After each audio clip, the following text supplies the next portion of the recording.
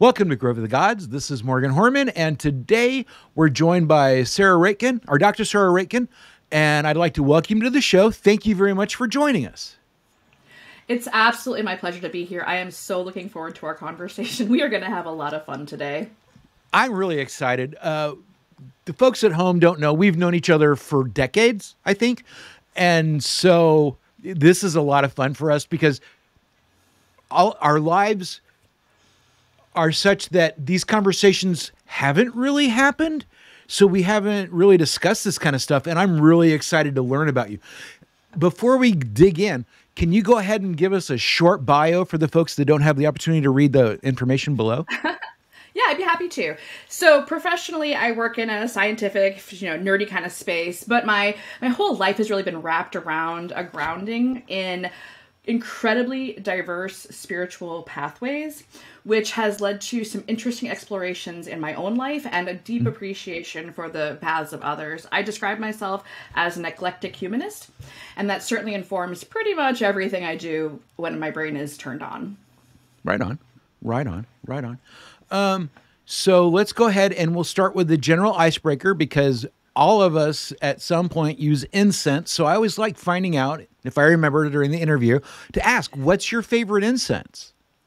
My absolute favorite incense is the smell of cedar. That comes from a childhood with parents who really use that a lot in our home environment. And growing up in the woods of northern Wisconsin, cedar was very present in our world. So it's not only an incense that I like, but also a grounding scent from kind of like that happy space of childhood, which not all of it was happy, but that part was good. So cedar's my go-to.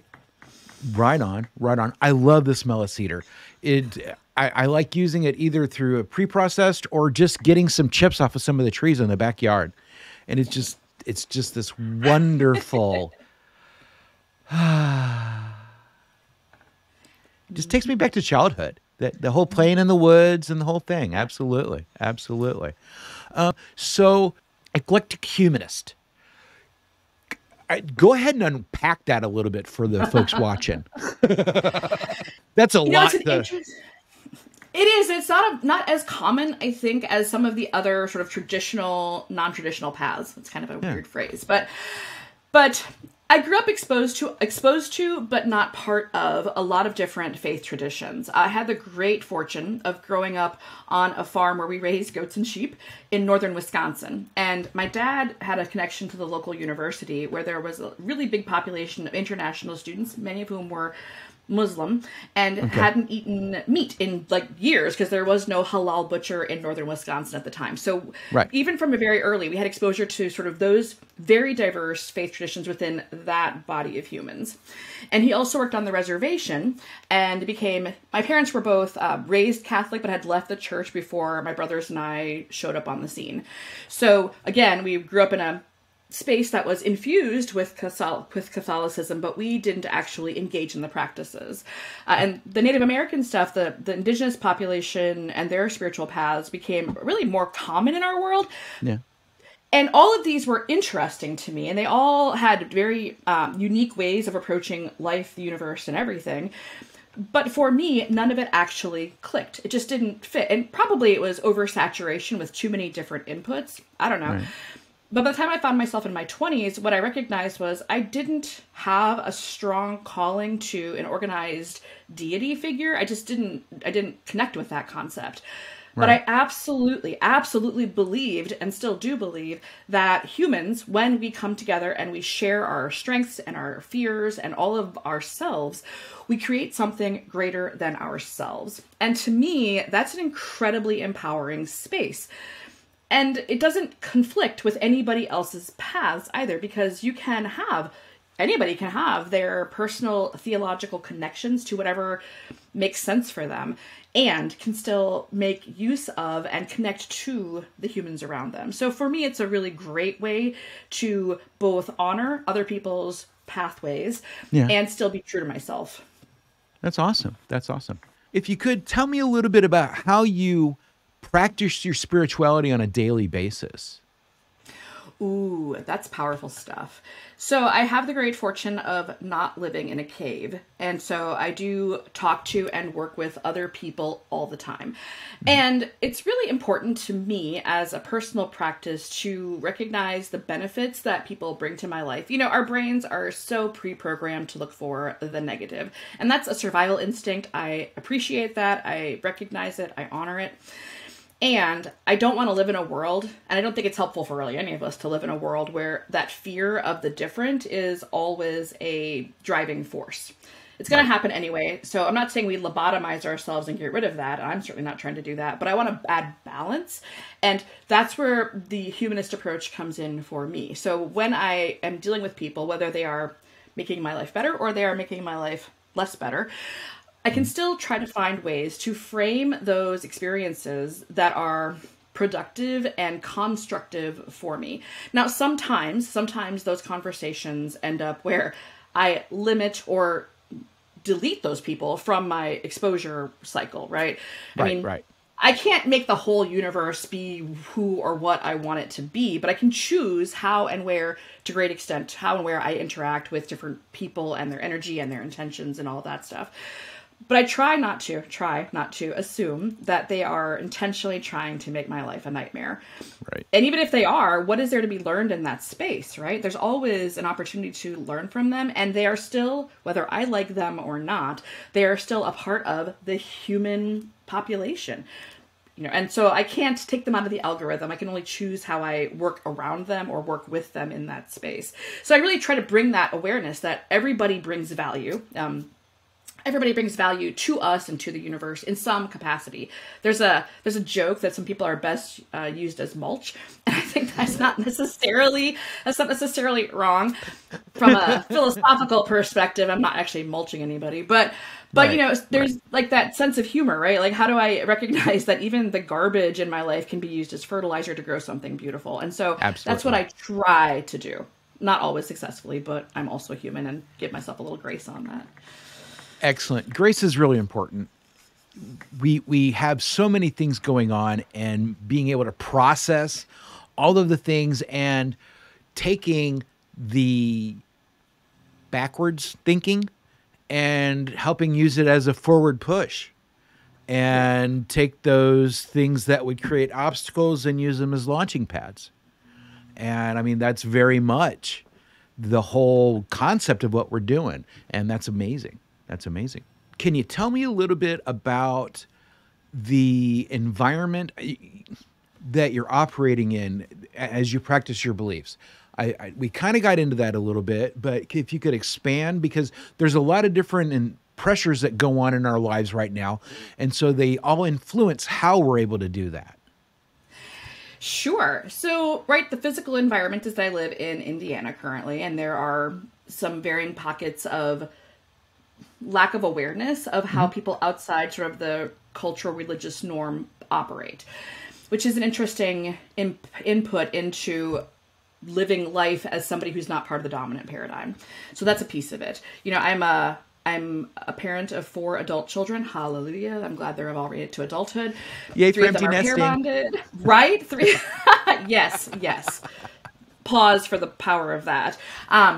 You know, 3 of them are pair bonded. They're legally entangled with other humans, which is really wonderful. One of them is about to add another generation to the family. Super excited about becoming a grandparent. Woo-hoo. Congratulations. Thank you. So excited to spoil the crap out of that kid. But anyway, talk about that in a minute, probably. I'm married, right? So I'm actually married for the second time. And my spouse is somebody who also exists outside the dominant paradigm in many facets, again, many of which are not well understood or appreciated or celebrated by a large portion of the population, both here where I live and in the country and really the world at large. So that adds some extra wrinkles into the human experience. Absolutely. I'm also an employed professional, so I'm navigating a business environment which struggles to manage different. For all of the talk in corporate America about diversity, equity, and inclusion, we do a trash job of actually acknowledging, recognizing, or leveraging the differences that people bring in those spaces, which is a passion point of mine to change that approach to life. And I think, but where I'm fortunate, is I have a lot of connections who, like yourself, are open to and living in ways that aren't necessarily aligned to how we've always done it or how we should do it by some kind of narrowly bounded social expectations. And that's beautiful, right? Yeah. To be able to have that network, that community of people.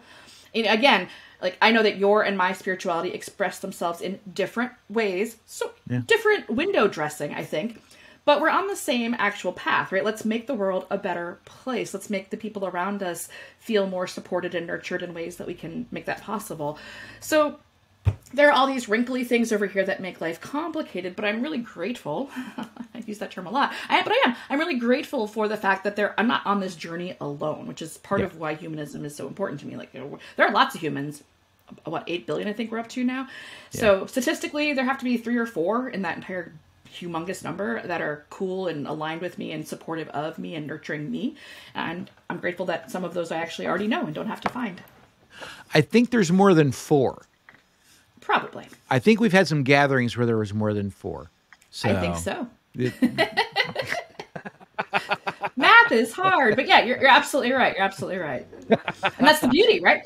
And even in those gatherings, they're super different people, right? I mean, very different pathways, sometimes supremely different pathways, but all focused on coming together and celebrating those differences in the search of the shared human condition. And that's just cool. So tell me a little bit about your timeline, how you got to where you are, the development within that. I mean, there's got to be some leveling up and some realization milestones that went along with that path. Yeah. One of my earliest memories about religion is being in the first grade. And my parents were super non-traditionalists. Like, I call them rabid anti-conformists. And so I remember going to school in my heavily Catholic northern Wisconsin small hometown, and having this like dirty little secret to share with a friend. And it was, religion is chicken shit. Because I heard my parents use that phrase. I didn't even know what it meant. Like, I knew what chicken shit was. I grew up on a farm. But I had no idea what the context of that statement actually meant. And neither did my friend, because I didn't get kicked out of school or anything. So, but it felt like that was like the early seeds of non-compliance with what everybody else was doing. My classmates were all getting on the bus every Wednesday to go to CCD. Mm-hmm. And I didn't, So we were very early on, my siblings and I were aware that our theological, spiritual, religious upbringing was radically different from all of our classmates and all of our neighbors. But it wasn't really a big deal because we were raised in this paradigm that different was best, right? Not even good, but different was best. And then again, I had that exposure from elementary school on to just a non-stop growing body of different approaches to religion, and none of them really clicked for me. But it wasn't a big deal because my parents weren't super actively practicing religion or spirituality in general until I was probably in middle school when my dad built a sweat lodge in the backyard, and then that became a thing. But by the time you're a teenager, at least for me, I was certainly not trying to like jump on my parents' bandwagon. So that was cool. I got to feed people because they would come to the house for sweat ceremonies. And I have a ton of respect for that faith path, don't get me wrong, but it wasn't mine, right? Right. But I just so this was my whole, like, my foundational years through this sort of living life and not thinking about that stuff because it just wasn't part of our equation for how to live life. We were encouraged to see morality based on more the intersection of human to human, and how does that, if you do this, what is the cause and effect relationship? Not there's a book or a person or a deity or whatever watching, and there's some mythical future effect that could happen. That wasn't part of our equation. Yeah. So then fast forward. So I kind of just floated through life without a real need or interest in any of that stuff. It wasn't important to me. And then when I was 23 years old, we had a daughter who died at birth. And we lived in South Carolina at the time. Thank you. Lived in South Carolina, which is a pretty deeply religious place. I had neighbors who went to, pretty interesting churches. And all of my neighbors were deeply steeped in that faith tradition. And the gamut of responses to that experience that we got from our peers on the military base and our neighbors in general were pretty horrifying. It was things like, I guess you might want to think about going to church more often. That's a warning shot across the bow from God, and just all of this stuff. That's they sent rude. A chaplain in. It was pretty harsh. It was pretty damaging, actually. It's horrifying. And they sent a military chaplain in to talk to me, which is perfectly reasonable. Like, I understand why they did it. And when the man asked me if I was angry at God, I threw a cup of ice at him and told him to get the hell out of my room. So I sent him an apology later. That was not an appropriate response, but anyway. Actually, so like it was. Well, that's what my husband at the time said. He's like, I would have punched the guy. Okay, that's cool. I didn't. Yeah. But none of those people were, I don't believe, look, and I've spent a lot of time thinking about this. I don't believe any of those people were trying to be malicious about it. That was just the paradigm that they came from. Right. And for them, if I would just like conform to their religious pathway and their spirituality, I would find some kind of magical peace in that space. And I guess it works for them. It doesn't appear to for all of them, but that's their problem to figure out. Right. But what it did do was it put me in this soup where I was constantly being bombarded with like questions. Well, what the heck do I don't believe that. Like that feels shady to me. Right. So what do I believe? So now I have to figure out what do I believe, because I don't want to live in a world where I try to define myself by what I don't believe. Like that's not super helpful. Or it's at least, there's a lot of stuff to not believe in all kinds of realms. So how do I focus on what I do believe? And so I spent probably 2 or 3 years kind of on this journey of thinking about it. I certainly did not want to go to the church with the snakes or any of that kind of stuff. That wasn't my thing. Yeah. And what I found was none of it worked for me, right? And I had never heard about humanism at that point. This is before the internet, so we didn't have easy access to information. Right. I don't think there was a humanist gathering of any sort in nowhere, South Carolina. So I just didn't have exposure to it. And then so I was just like, I'm just an atheist. That actually works for me, because now I have an answer. My brain has a box to check on the form at the hospital. Like it's all beautiful. Right. And then, so fast forward about 10 more years, we'd moved a couple more times because that's what the military does. I found myself living in Tulsa, Oklahoma. Now I'm a single mom with 4 kids in still a deeply steeped religious environment. Yeah. And what's the question they ask you in the South? Do you have a church home? Like they ask you that before you're new. Welcome to the neighborhood. Do you have a church home? And I was like, And so, okay, that's the social norm. I get it. And again, I don't think it's necessarily meant to be detrimental, but it was. And when the kids at school started telling my kids that their mom was going to burn in a lake of fire forever, and my kids were little, like 1, 3, 5, 9, they didn't have the theoretical thinking, the analytical, abstract thinking. All they knew was, they're going to burn my mom. Like, that's what they heard. They were absolutely freaked out. So I was like, okay, I got to find a place to raise my kids that's like, camouflage, really? So I found a Unitarian Universalist church, which was cool because my spouse calls them the Society of Do-Gooders. That's not an accurate representation, but it is cool because it's pretty funny actually too. But it is. there's no shared theology in those UU spaces. So there was a really humongous diversity of personal faith traditions, including a handful of different types of pagan traditions that were represented in that little church in Tulsa, Oklahoma. And also humanism was one of those. And I was like, what's that? That's interesting. So I went to all these comparative religion things that they held. Mm-hmm. And finally something like felt good, right? It wasn't just this sort of atheism, which is kind of just a rejection of a deity. That's all it is, full stop. Right. Which is cool. And I still align with that, but I needed more than that to feel like I had something to actually hitch my sail to. Like atheism gets me a point, but humanism gets me a path. And that was a heck of a lot more useful. So, and I will say my kids have all pursued and are still pursuing very diverse personal spiritual paths. And I am here for it.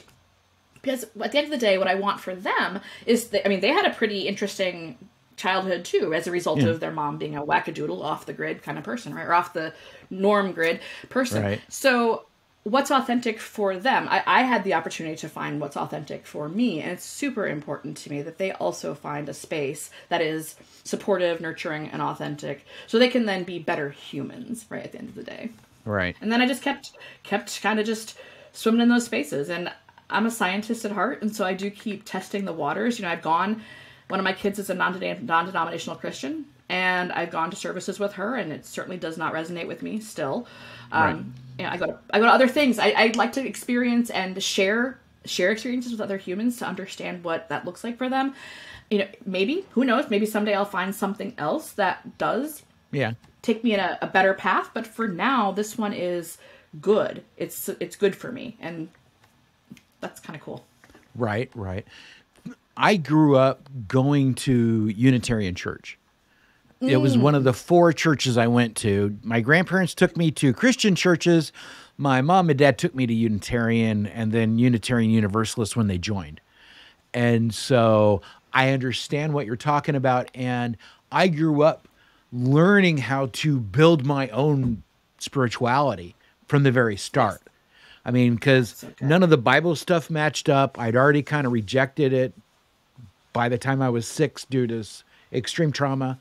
And I really embraced the ability and the intellectualness of creating your own path and picking and choosing the pieces of other people's paths to build what fit you. Yeah, right. It's a choose your own adventure. And a lot of people seem to think that anybody who doesn't have a heavily scripted, heavily constrained pathway is somehow like morally flawed.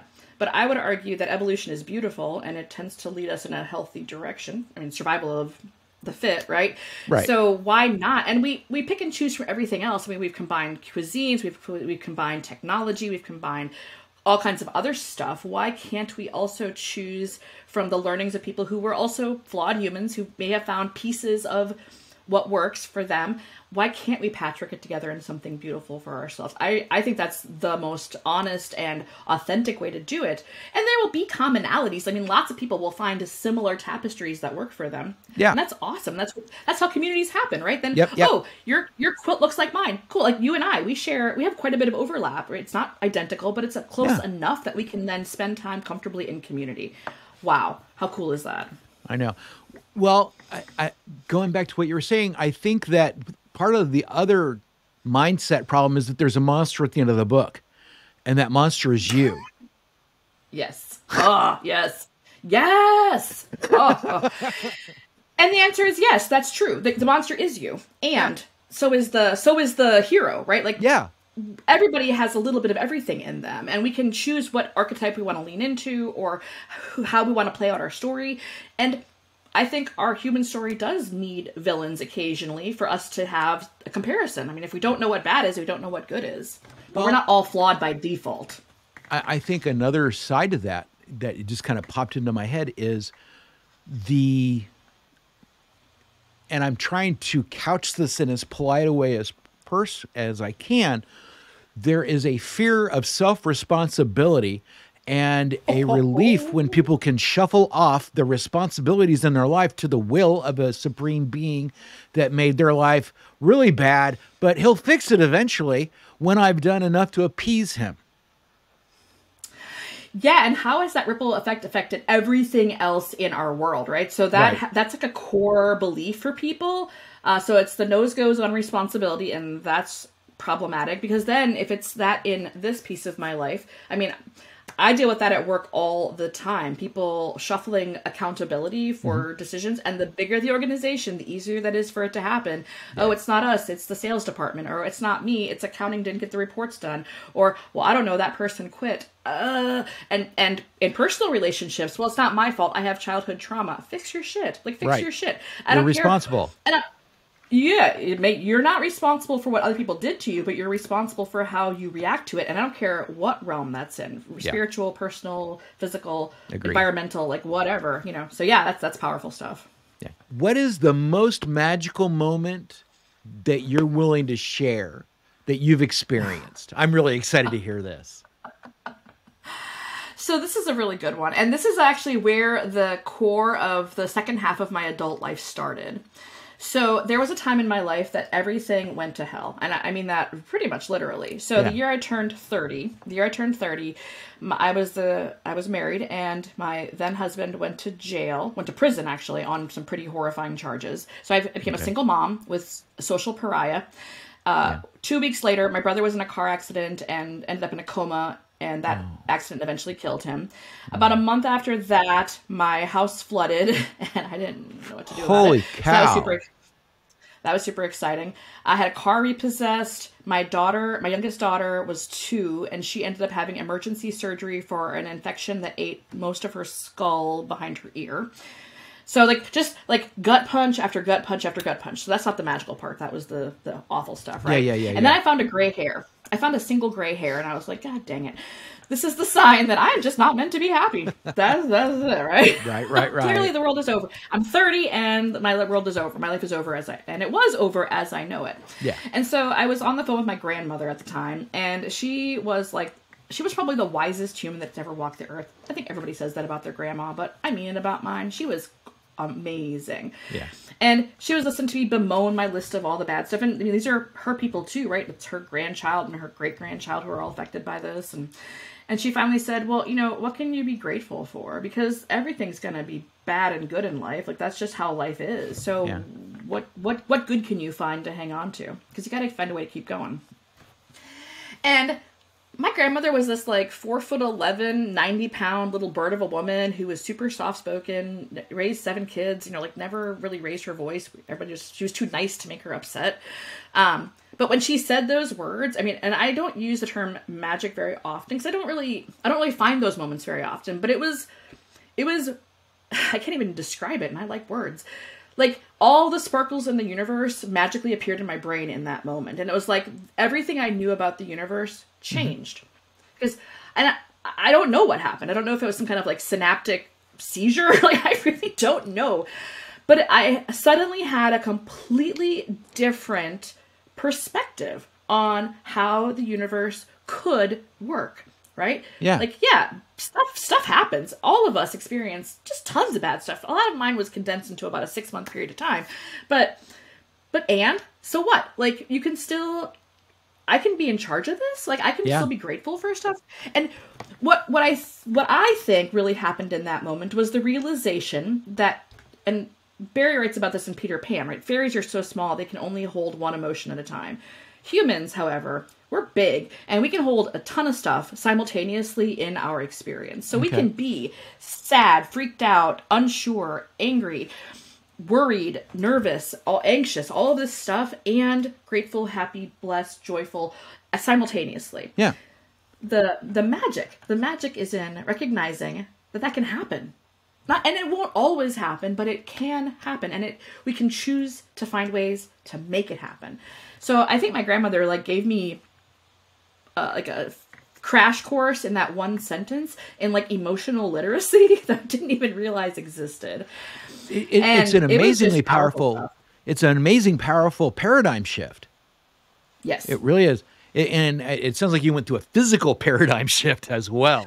I mean, literally, I can still remember this full body goosebumps and the sparkly vision. I really didn't know what was going on. I was like maybe I'm really being taken by aliens in this moment, but I did not get abducted by aliens, unfortunately. That'd be cool. But I did get a paradigm shift that served me really well for the rest of my life. Absolutely. And I mean, that is a very magical moment. And yeah, the whole realization of a completely different way to experience and interpret reality. When bad things happen, one of the common refrains that we hear is, look for the silver lining.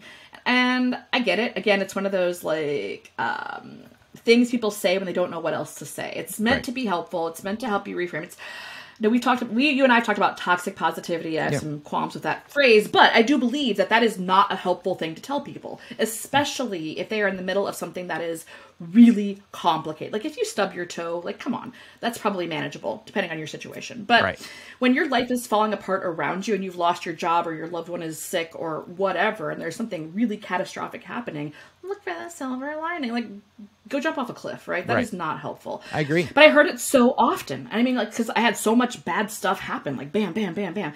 And so people would say that to me all the dang time. And it started ticking me off, honestly. Yeah. And I'm kind of, I'm a little oppositional in my behavior patterns. I own that. And so I was like, well, screw your silver lining, but I can maybe find some silver threads and I'll make my own damn lining. And so this started this whole concept in my brain. And And that sat in my head, and I used that paradigm of seeking little things to be grateful for, because the truth was, there's a ton of shit in my world at that point. Just a ton of it, right? Yeah. But there were also, I mean, we know that there are billions of data points in our world at any given time that we're experiencing. So statistically, there have to be one or two good things. And so it's something as small as, nobody puked on me today. Whew, I can be appreciative of that, right? I can truly be appreciative of that.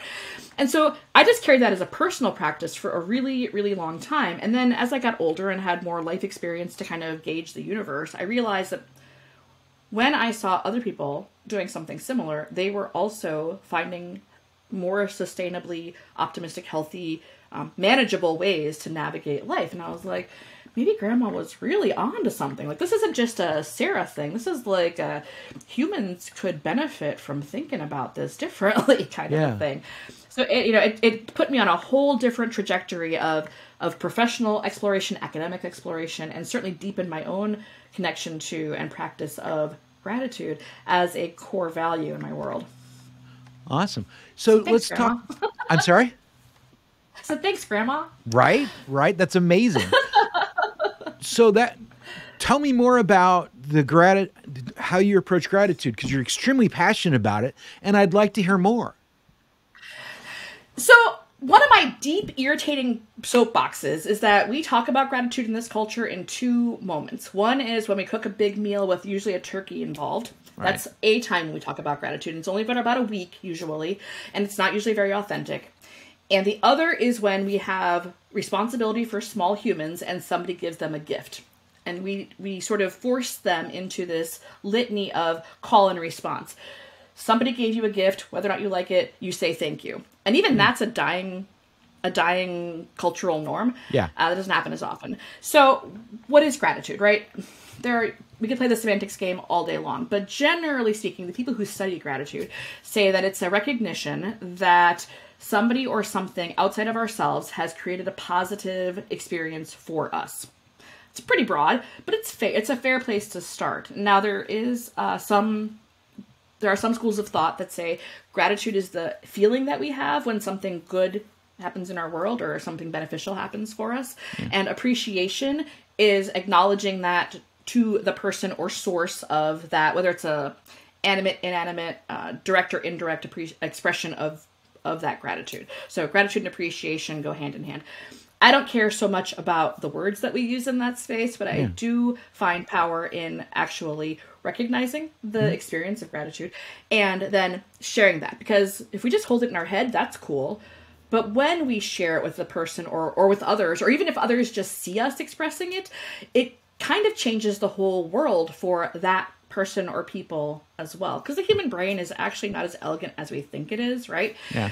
When we think about a thing that made us happy and we feel gratitude for that, we get a 2-for-1 deal. Like when it happens and we feel good, awesome. The good thing happens, we feel good, we get the dopamine, serotonin, whatever chemical compound cocktail happens in that moment. Later on, we sit back and go, wow, I really love this pen. The person who gave this to me really knew that I like good pens, and I really appreciate that. And I start to play that movie in my head about that positive experience, and I get another dose of all those feel-good chemicals. Nice. It's like cheating, right? It's like stealing good feel-good chemicals. I'm all about finding happiness and joy where we can, because, again, the world will hand us shitty stuff all the time. That's just how the world is. Right. Not intentionally. That's just life. So we can choose to seek out those moments and to relive those moments through just feeling good. And when we tell that to somebody else, whether we tell the person themselves like, hey, Morgan, I really appreciate you spending time with me today, right? That might feel good to you because I recognize that you feel valued because we have a relationship now that we've established. Right. And if anybody else hears me say that, they start telling a story in their head, too, about a time that somebody spent time with them or when they were appreciated for something, and they also get a little tiny dose of the same feel-good chemicals. Gratitude and the impact, the biological, biophysical, hormonal reaction to it is deeply contagious. Humans really are filled with mirror neurons and all the sciencey stuff that makes us herd animals, pack animals, tribe animals. And so we are wired for this reaction. We are wired for the fear reaction too. We will all scatter like chickens if a hawk shows up. Right. So let's hack into that biochemistry, right? Like we can, again, take more control over our environment and choose to infuse it with more positive reactions, not to negate the negative stuff, because that's a really important piece of our existence. It's real. We should honor the realness of it and just try to provide balance. That's all I'm looking for. Is I think people accuse me all the time of being like toxically positive, or people should be happy all the time. And of course that's not even real. Like that's an absurd claim. Right. Bad stuff will happen. Yeah. Bad stuff is absolutely going to continue to happen. And I would never suggest that we somehow lobotomize ourselves and deny ourselves those experiences or the opportunity to really deeply feel the reaction to those experiences, because it's also a part of the human condition. And if we were never uncomfortable, we would never change. That's just biological. Absolutely. Right? So let's not avoid those things. I mean, you don't have to go roll in the poison ivy, right? But if you are going through the woods, if you're enjoying a walk in the woods and you accidentally brush up against poison ivy and get the rash, that's unfortunate. And you probably can learn something from that. It doesn't mean don't ever go in the woods again, or pretend that you don't have poison ivy and just like shut off your skin sensors or something. But what else can you get out of that experience? It's richer. It's a lot richer than we give it credit for being. Right on. And it's that balance you were talking about. And it's life is crap occasionally. That's not the constant state of life.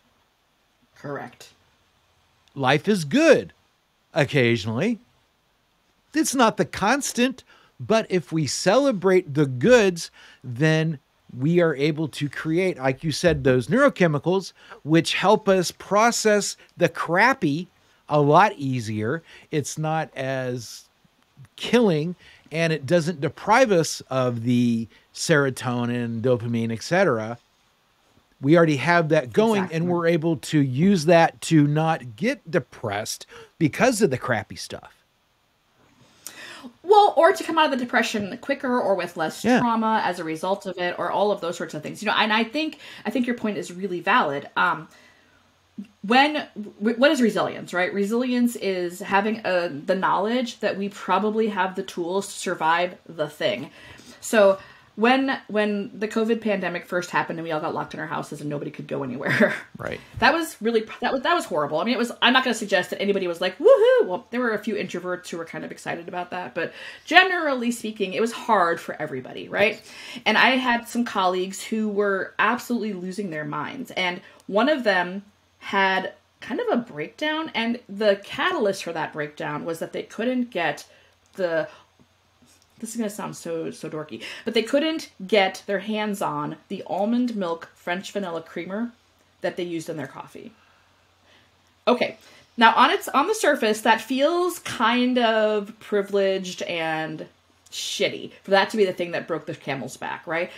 But what was that really? That was this person, and I know this person pretty well. This person really hadn't ever struggled in life. They come from a privileged family. They hadn't ever really wanted for anything. They never wondered where their next meal came from. And all of a sudden, this world that they believed to be pretty much in their control and favorable to them wasn't. Right. And they had never developed a single tool to navigate that. Yep.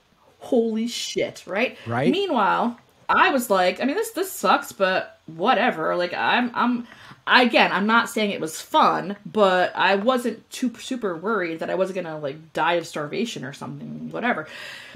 But I have a whole different skill set, right? Right. And I know you have also had some pretty traumatic events in your life. Oh yeah. And right, we've talked about some of those, and I recognize that those have also handed you tools and empathy, and those are incredibly powerful, which doesn't say you're like, come re-traumatize me. Of course not. That would be weird. But when you see somebody else who's experiencing trauma, you can appreciate that, and maybe, if they're open to it, help guide them around that experience so it can be less awful for them, or at least sit with them and come from a place of actual understanding so they're not alone. And boy, that's powerful stuff. It really is. And it kind of harkens back to the concept, and it's a very narrow view, but it's very simplifying. There are two kinds of people. The people that want you to feel exactly what they felt their whole life, and the people that want you to never have to go through what they've ever been through. And we're on that side. We're on that, I want to give you hope. I know how much it can suck. I want you to not have to go through that. And I want to try and share tools that can help you not hit that crappy spot. Because like you said, I've been poor. I've been homeless. I've been living off of the food pantries in the neighborhoods. And you do what you have to do to survive. But it's skill sets that lead you to go, oh, wow. Okay, well, I got to stay in the house for a while. I got this covered. I'm used to entertaining myself. I'm used to subsisting on minimums if I need to, because that's what life has taught me. And, oh, this is completely beguiling to you. Let me help you with what I have, because I've made sure I've got plenty. And what you just said is so incredibly powerful. It's so incredibly powerful because I think our society, I don't think this, I know this. Our society has this super unhealthy narrative of like the lone soldier, the army of one, the alpha wolf. And it's true for all genders. I think men get beat up with this a little bit more than people who don't identify as men. But generally speaking, we are taught that self-sufficiency is the gospel and the ultimate goal. And God dang it, no human can do everything. I mean, we couldn't. I don't even care. I hear people like, I do all this stuff myself. Yep, and you did not make your own axe, and you did not build your own computer, and you did not birth yourself. Like, you didn't teach yourself any of those things. Well, you might have taught yourself some of the things, but you didn't teach yourself chemistry. Yeah. You didn't. And it's funny because like a night or two ago, I posted a meme that is talking about that exact thing. And my comment on it was, rugged individualism is as much a lie as a self-made billionaire. They don't exist. They don't exist. And it doesn't negate the hard work and the effort and the sweat equity and the drive and all that stuff that that person brings to the table. And I deeply appreciate that. But could we stop the desire to make everybody else part of the out group? Like, we don't benefit in those. I mean, we don't thrive in those spaces.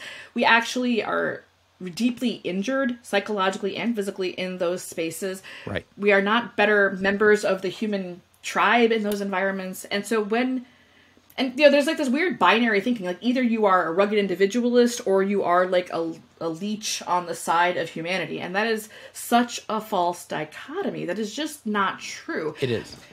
Many organisms develop with specialized skills, abilities, yada, yada, yada, because we are better when we are diversified. Yes. Portfolios are better, and organisms are better when we are diversified.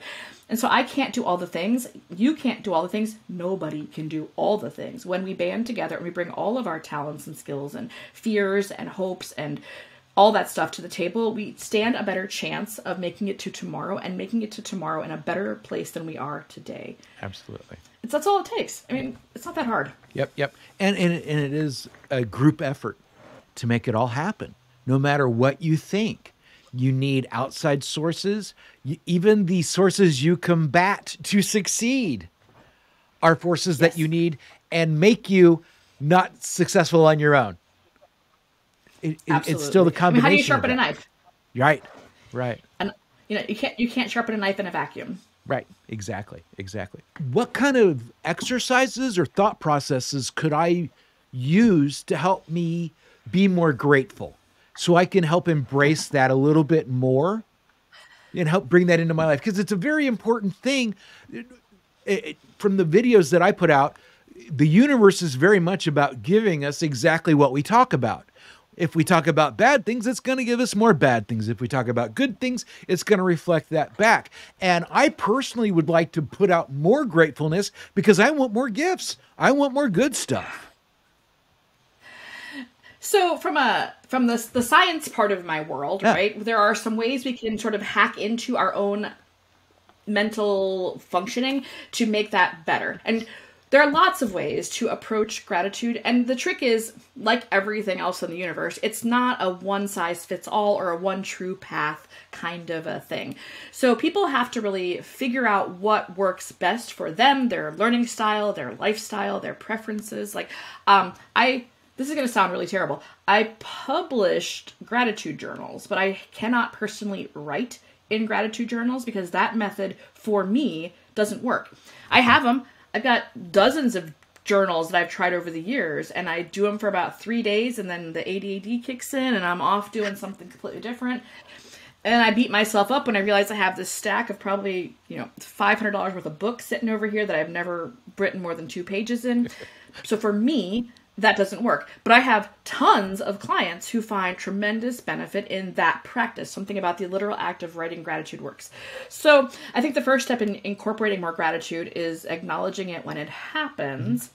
And one of the things that we tend to do in our society, so first of all, every marketing executive on the planet probably hates me because marketing works on the fear principle. Oh my gosh, if I don't have this thing, something bad's going to happen. I need this thing, like retail therapy, all that stuff. I need this thing so that my life is complete. And if I don't have this thing, okay, that's how that works. And we need stuff, that's fine. But it's gotten twisted. So we also have picked up this sort of perspective that if something, that's not big enough to be grateful for. Like I'm waiting for something massive. My dad calls this the peak experience syndrome, right? Okay. Like you're waiting to be happy or grateful until something meaningful, some milestone happens. So I'll be happy when? I'll be happy when I get out of high school. I'll be happy when I get through college. I'll be happy when I get that first job or that first promotion or get married or whatever. And yes, those are all awesome experiences, and they are worthy of celebration and appreciation on a grand scale. Absolutely. They also happen like once in a lifetime in some cases. Yeah. Sometimes they never actually happen because for whatever reason we don't have that path in front of us to get there. So that's like almost like the world's worst tease. Yeah. I would be happy if, right? How often have you heard that? I would be so happy if I lived your life. Well, you can't live my life. You're not me. That's an impossible goal. Right. Live your own life. Go find the good things in your own dang life. Like that's possible too. I can't live yours either. So for me, it goes back to that kind of silver threads concept. How do we train our brains to recognize all those little moments? And like, I know that you do this. I see you doing this. So like, you live in a beautiful environment. You have wild birds coming in and wild animals coming in and access to all of this natural beauty. And I see you appreciating those things. That's a great first step. A lot of people walk through life oblivious because they're searching for the next thing and they don't take time to pause and appreciate what's happening now. Right. And yeah, we should probably spend some time reflecting on the past and the lessons learned in the past. That's useful. And we should probably spend a little time looking at the future and setting goals and aspirations for the future so we have a direction in our life. That's a piece of it. I'm not saying don't do that. And how can we pause, give ourselves permission to pause in the moment? Yeah. We don't always have to be hustling for the next thing. And that took me a long time to learn. I got sucked into that. If I just work one more hour or if I do one more thing, I'll get that much closer to my eventual goal. And I'm ignoring the fact that my kid is sitting here and they're healthy, or I'm enjoying a great, how do people just see, like they're sitting at a beautiful meal and they're on their phone ignoring what's happening to them. Like they're not even experiencing the experience that they're having. Right. Well, what a waste. Because you cannot experience the future. You can think about it, but you can't really experience it. So I think the first step is acknowledging that good stuff does happen, and then looking for as many of those as possible throughout your day. And if you find yourself in a situation, and I have certainly been there, like the year I turned 30, where everything, I call that looking at the world through shit-colored glasses, right? Where everything just seems to be deep, dark, negative. And there are times when that is pretty close to true.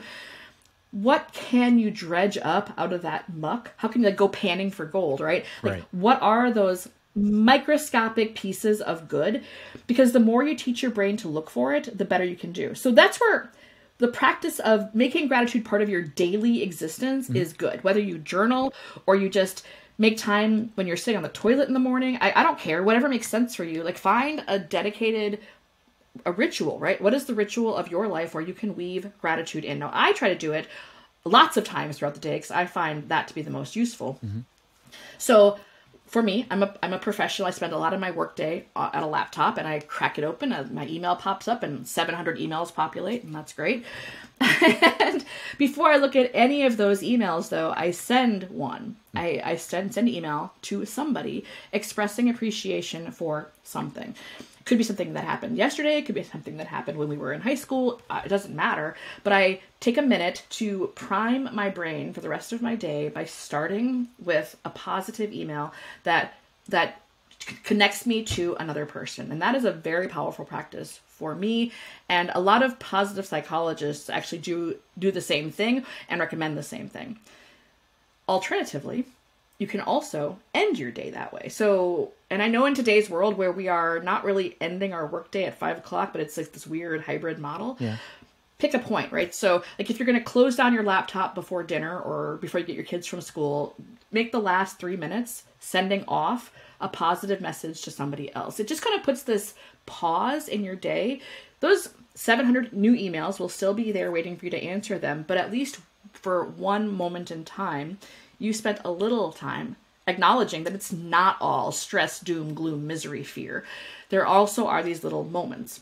And what I like about the ritual practice of that, and I use that term really intentionally, is we teach ourselves to start looking for it. If I know that I have to do this, right? I've told myself I'm going to do this at 5 o'clock or whatever, then I'm going to spend the whole day scanning the horizon for something good. So I've got something to share. Journaling works this way. These emails work this way. So we're teaching our brain, you're looking for danger already. Your brain does that on autopilot. Right. We do not instinctively look for good, but we can teach ourselves all kinds of new tricks. So that's a great way to do it. Another way to do that is to do like a gratitude jar. Especially if you got like kids or a partner and you want to connect, spend a couple of minutes writing down a gratitude on a little piece of paper and toss it in a basket or a jar.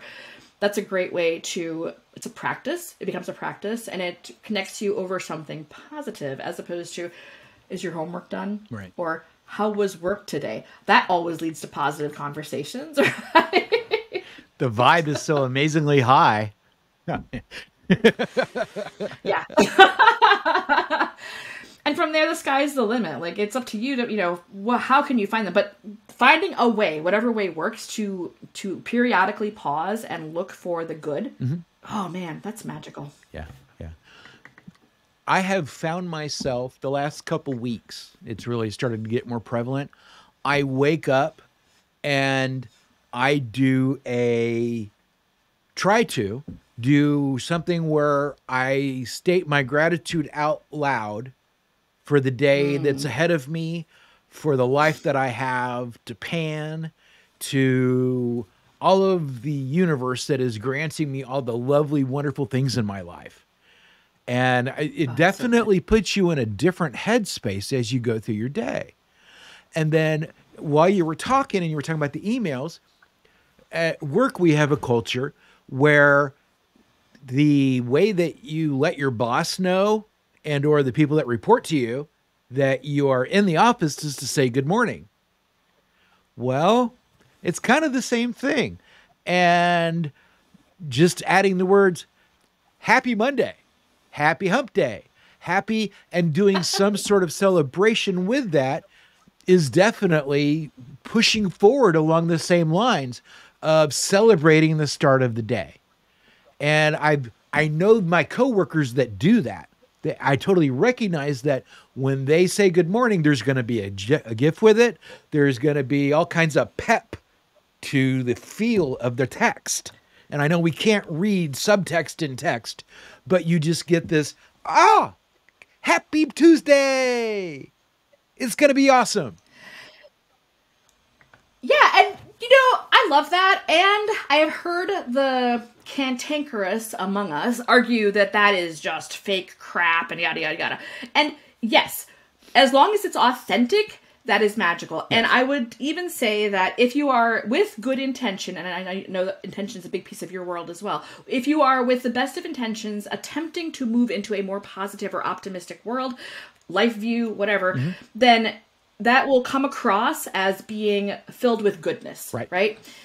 Where I've seen that be a danger zone, and everything has like a shadow side, right? The danger zone to that is when it's inauthentic and you can smell it. People can smell insincerity a mile away. I have that one person at work who's like, "Good morning," but it's always like this snarky tone of voice, and they clearly hate where they are. And it's a invitation to commiserate, which is not super helpful. And I try to avoid that person because they're deeply committed to being miserable. Yes. And yes, that's a choice. Just not one that I choose. Right. So they can choose that path and be lonely over there by themselves. Or managers have read the Forbes article or my writing on LinkedIn or whatever about gratitude as a powerful force for good, and they try to use it, but they don't understand it. And so again, it comes across as like a trick. Right. And right. That's not healthy either. But I would agree that generally speaking, finding ways to infuse, and I love that that's just like it's a quick pick-me-up. It's not a 40 million page dissertation on the psychological benefits of gratitude. I have one of those if you want to read it. It's like on 200 pages, dry as hell. But it doesn't have to be that, right? Now, if that floats your boat, I'm happy to share that with you. But it doesn't even float my boat, and I wrote it, right? So I think it goes back to that. What sparks it for you? Yeah. What's authentically good for you, and recognize that in an office where there's probably more than 2 people working, or an organization team with more than 1 or 2 people, there will be a wide variety of that. Yeah. Chapman wrote the 5 love languages, right? And then he also tweaked that for the workplace. That's the 5 languages of appreciation, but it's the same dang stuff. It's words of affirmation, gifts, physical touch, even in the workplace. And that's a piece of it, right? That literacy, that like emotional intelligence that says, I don't experience appreciation the same way you do necessarily. But what's the core common thread? Appreciation is still the core common thread. Right. People want to feel that they made a difference, that they're a valued member of the tribe. And that's true in the workplace just as much as it is out in, civilian life. Absolutely. So, yeah, that's awesome. And anybody who doesn't like a good animated GIF in the morning probably needs to get right with their deity, because it's magic stuff. I admit I'm not very good with GIFs. I'm more with memes and emoticons. Also a good choice. But I think that has to do with the fact that I'm like on the line between Boomer and Gen X. So my communication style is a little different. I lol a lot, and I put smiley faces at the end of things. So it's my age, and it's male 55. That's what I do. So, I mean, your hieroglyphs are just as valid as my hieroglyphs. It's all good.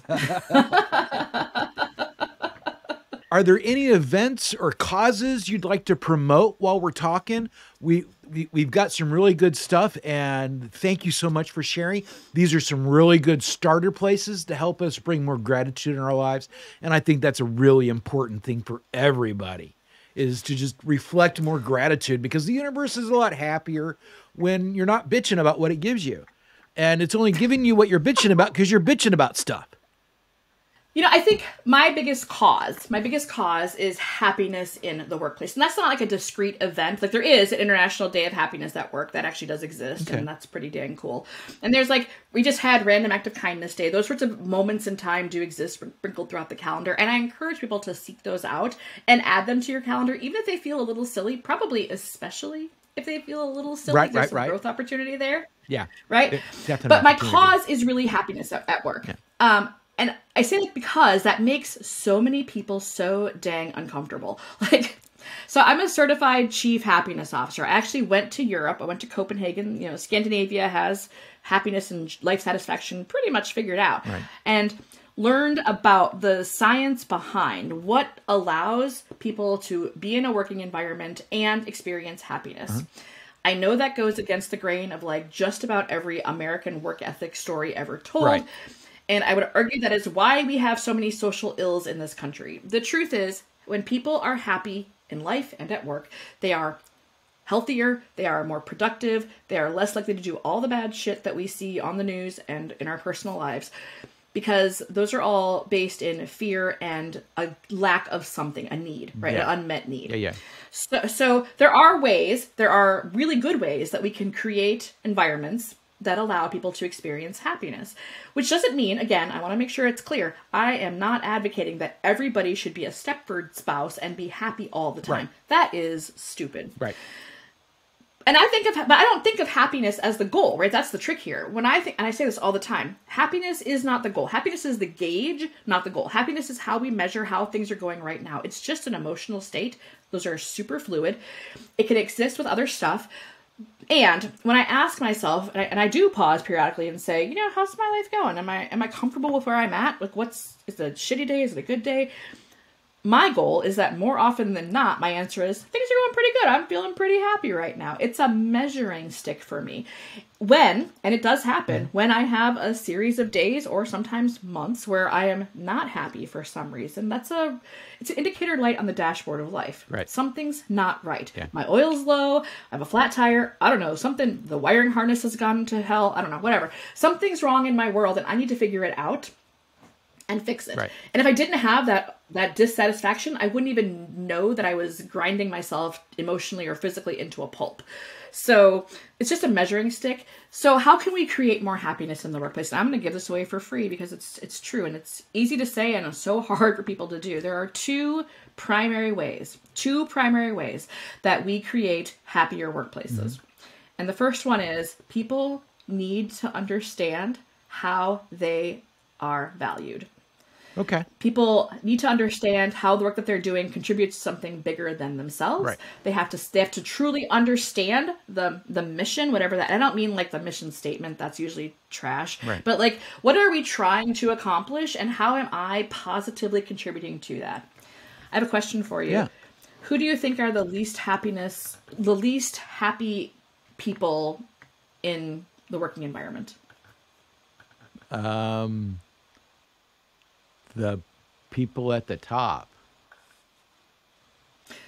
They are pretty unhappy, but they're not the least happy. Okay. Good guess, though. Okay. Accountants. Okay. Accountants, as a body of humans, are the least happy and have the least amount of job satisfaction of anybody. That means like the housekeeping, the trash collectors, the people who are like cleaning up crime scenes, all those people. Nope. Because accountants as a group tend to struggle to see boundaries around their work, that they just kind of have this constant flow of the same kind of work happening. Right. They tend to not be well connected to other parts of the department. Nobody wants to talk to accounting or HR. Right. That's different. That's a different topic. And they're not celebrated. Right. Nobody's like, National Accounting Day, woo, having a party. They're not sending the accountants to Hawaii. Yeah. They're not buying them a car. They are not appreciated and they're not valued. And so as a result, they tend to hate their jobs. Doing a good job ourselves of making sure that we are aligned to the work that our organization is doing. And I know that's easier said than done, but it's an important piece of the decision process when you're looking at a prospective career or an employer. Does this place align with me as a human, or am I going to be in constant friction? It's a big decider. Right. So understanding value, results is one. The other piece of that equation is having quality relationships with the people you spend time with. Now, depending on your job and what you do for a living, that could be your coworkers that you spend a lot of time with. It could be your clients, internal or external. It could be vendors. It could be the general public. It could be I don't care. It doesn't matter. Right. But where you spend your time, do you connect with people in those spaces? Because again, we're back to people are not solitary creatures. You might be a solitary practitioner, but you are not a solitary unit as an organism. We need those connections. And so if you can see value in your work and you can develop healthy, respectable relationships, and that doesn't mean BFFs with like all 10,000 employees in your company, but find one or two that you click with and can have that good rapport and send the silly emails back and forth in the morning. Those are such powerful tricks. It's so easy to do, and it's so poorly supported by most organizations, and that is my cause. I am going to change the way America does business, or die trying. I'm going to die anyway, so at least I'm trying something. Exactly. It's worth the effort. It's definitely worth the effort. Absolutely. So do you have any upcoming projects we should be watching for, or what's next on the burner for you? So I do. So this is born out of the impending grandchild. So I realized that there was a kind of a gap in the conversation around emotional intelligence for babies. Okay. Now, I'm not an emotional intelligence expert, but I'm a gratitude expert. And so how can I contribute to that space. So I just published a children's book on gratitude specifically. And that got me thinking, if adults don't really understand gratitude and adults don't really understand emotions as a kind of an ecosystem, kids probably don't consciously understand it either. Now, I would argue kids are more innately in tune with their emotions before we teach them not to be. Right. That's, again, a whole other soapbox. Right. But we don't have good conversations generally with our little ones, with our little humans, about what emotions are, how to identify them, and how to navigate and embrace them as a part of the holistic human experience. So I'm in the process of writing another small children's book, a young children's book on emotions generally. So stay tuned for that. Oh, that's a really cool idea. And absolutely, helping combat the denying of the existence of emotions is incredibly important, especially at that young age where you can make it engaging. That's wonderful. The evolution of emotional intelligence and maturity in our society is coming generation by generation. And everything we can do to empower another generation to be able to feel more and understand more about themselves than we ever had the ability to, or the base to start from. It's incredibly powerful. I think about like emotional foot binding. I think we have kind of done this emotional foot binding practice and it's men, again, I think men have borne the bigger burden of this, or a deeper version. Like men are kind of allowed to be angry, or that's it. Yeah. Men are allowed to be angry. Agreed. That's pretty much it. Yeah. You know, or prideful, I guess, maybe, or aggressive, but from emotions, that's it. Anger or stone cold nothing. Women are allowed like 3 emotions, but we're beat up for them when we have them. So we're not really allowed to have them. So yeah, I think if we can, and I'm seeing it, like I'm not suggesting that the universe is doomed. I see the Zennials and the younger generations that are coming behind them, like they're incredible. Yeah. They give me a lot of hope. I've got hope. I'm an extra too, right? So yeah, absolutely. I'm seeing such cool things in all realms, including the emotional awareness and like embracing and supporting of all of that I think I'm cautiously optimistic that the human race might just make it. And if we don't, well, whatever. It's a good ride, you know? Yeah, there is that. We'll get there eventually or we won't, but it's going to be a good ride if we try really hard.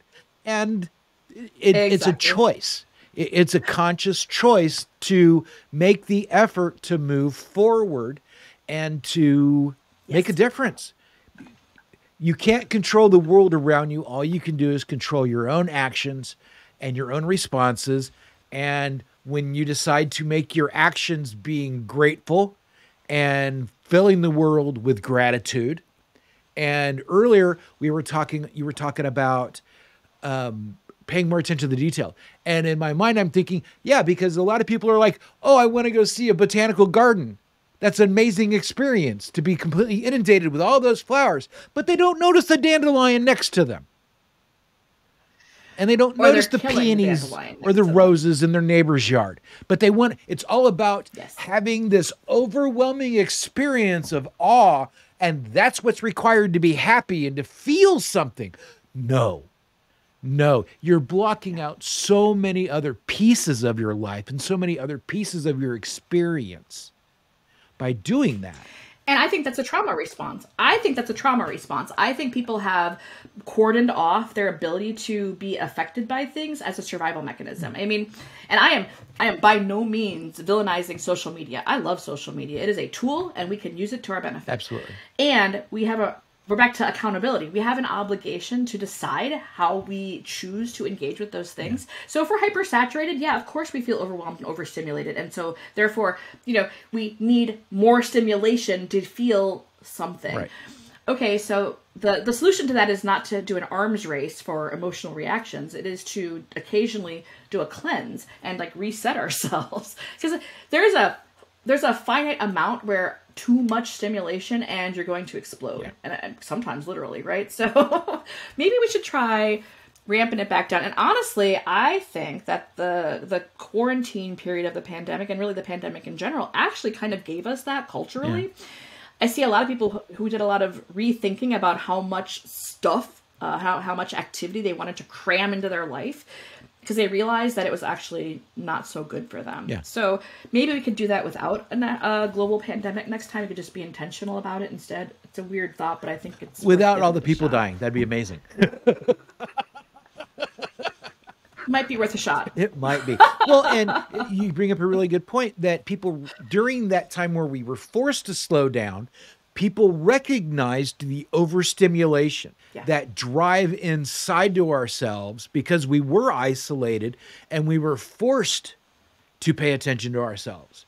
And people reacted one of two ways. Well, one of three ways. They either had no difference because they were the poor people that they were, I don't know, poor people is not the right word. They were the unfortunate souls that kept having to work because they were critical to the functioning of capitalism. I mean, society. And there were the people that really kind of dug into themselves and explored and learned more. And then there's the people that just stay drunk the whole time to help not feel it and not experience it. Yeah, I know a lot of people who spent some time in introspection and found out that they didn't like themselves not one bit. And a lot of them ended up doing some pretty unhealthy coping things to manage that. And that's unfortunate. I mean, and the goal here is not perfection. Like, I am not shooting for the world to become or humans to be a perfect species. I don't think that's even, that doesn't it's even not make possible. sense. It's not genetics foil us constantly with that. Like, what even is that? Well, entropy. It's not in my universe DNA to be just foils perfect, us on damn that. Literally, right? So that's not the goal here, but to me, it's like more understanding, so I can choose with more elegance how to navigate my experience of the world. And if I have an opportunity to influence other people, my kids, my friends, people I have classes with, whatever, like, how can I share those tools, offer alternatives, and just offer that my vision to it, and how can I then elegantly back away and allow people to make their own choices in that space? Because at least for myself, I learn best by actually experiencing the thing. And why would I want to rob somebody else of that opportunity? Right. They won't learn anyway, so they need to do the hard work themselves, whether they want to or not. People rarely learn from your mistakes. I mean, I try really hard to prevent people from making the same mistakes I have, and that's why I do the video shows I do, and I talk about the things I do. And I don't want them to have to go through that pain. Half of them, at least, are going to choose it anyway. And just because we are trained to think it's not worth it if there's no suffering. And that's one of my missions, is to remove the effort, the concentration on suffering, especially at this time of year with the advent of Lent. So my God, Pan does not promote suffering. He promotes enjoyment. He promotes hedonism and celebration and gratitude. Not going, I'm going to deprive myself because it'll make me a more spiritual person. So you're doing it wrong because you're doing it intentionally. The idea is to just be a better person and not try and take shortcuts through suffering and or other fast ways to push yourself past the ascension point or whatever. And I'm kind of going extreme here, but it's really people's need to skip steps. And, if I do this, it'll get me there faster. Well, getting there faster is not actually the point of what you're trying to do, so you're not going to get there. I mean, yeah, that get there faster thing, get where faster, the end of life. Right. Okay.